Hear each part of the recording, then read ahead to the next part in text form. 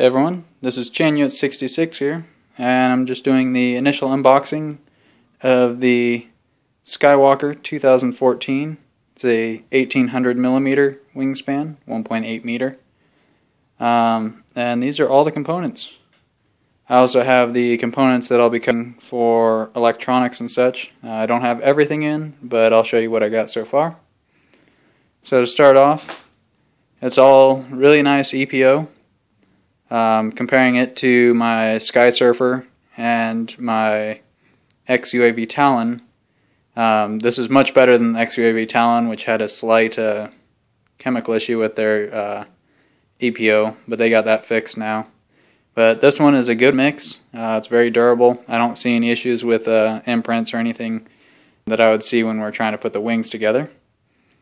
So I'll just start by covering everything here. So let's start with the main body. They come in two halves, and they have the grooves in here for your upper and lower deck. Nothing really changed from the last Skywalker, but I'll cover everything I see. That way people that are new to Skywalkers can actually see what they're getting. Here's a parts bag. It includes the components that go over the wing and mounting the wing and everything. These are, I guess you could say, guides that'll actually line up the wings and lock them into the correct position. And there's pins that go inside there, and your main spar goes down the center. This was a mystery to many people, and most people were trying to figure out where it goes, because it doesn't fit anywhere inside here. Shapes don't match anything. It is actually a skid plate that goes on the bottom. So that way you can use that, or if you wanted to mount landing gear, it gives you a nice big surface to mount to. I don't think I'll be using this because I don't use landing gear, but it's there. Then you have your two deck plates that actually lock inside here. So they go inside the rails in there. Then you have the second half, and both sides have these. Most of the components are initially taped in place to show you where they go, besides the bigger things and the bag of a couple parts. So these are reinforcements for your rubber band system. So carbon rods go through these holes, and this just helps displace the stress so that you're not stressing out just the foam. These are extremely thick foam blocks that it goes through. And there's channeling put through for everything. This is your upper electronics bay that sits right under the wing, and then where the tail actually locks into. And there's channeling pretty much everywhere through here, so you can get ESC wiring out to the motor or however you need. Then onto the wing. Each wing has two carbon spars in there, top and bottom, and they just slide into the groove. And then just glue them in. That's just to extend the strength out past where the spar ends, which doesn't leave much. I mean, you're looking at 6 inches without a spar on the very end, and that's, both sides have it, like I said, top and bottom, so you can see it in there. And then over here we have the center wing section, the canopy, which is a dual piece canopy. So you can take that top part off if you want to use just the foam as your FPV platform. I may be making a FPV tray for myself. I'm not sure yet. We'll see. Initial flights I'll probably be flying with that.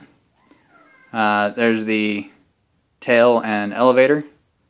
So all of the control surfaces you do have to cut a little bit to get it to break free, but it is all there. And then you have the whole tail assembly, which is already pre-assembled, and it's just taped together.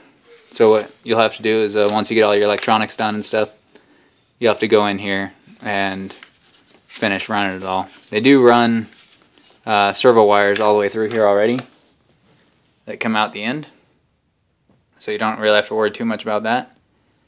And I may be changing it because I run a little bit different wiring to my tail. And that is about it. So, well, you got the bags of parts. That one I already showed. This one's your rubber bands. The motor mount would be in this bag. You got a Y, the carbon pieces for your rubber band mounts, and a few other little components in there. Your push rods, your control horns, all of that stuff. So I'll do one more zoom out here. There it is. So everything that you get with it. And then for the electronics, I'm going to be using the MyFlyDream Autopilot, Dragon Link for my RC control, 1258 400 milliwatt video transmitter, a ready-made RC 700 XV-N, which means it's NTSC.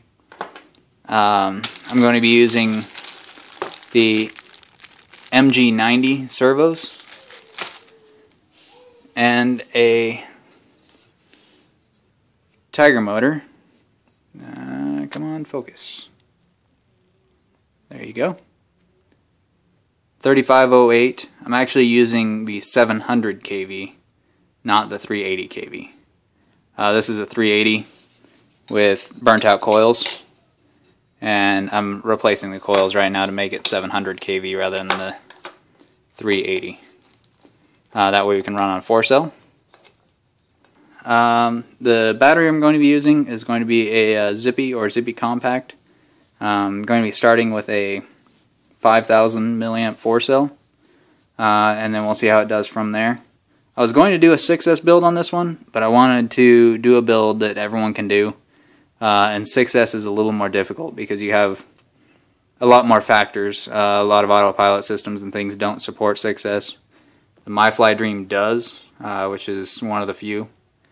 But 6S has a bunch more challenges. Finding motor prop combos with 6S and ESCs that reliably handle 6S is a little more difficult. So that's why I'm going with 4-cell on this one. And check back later for the next steps on the build.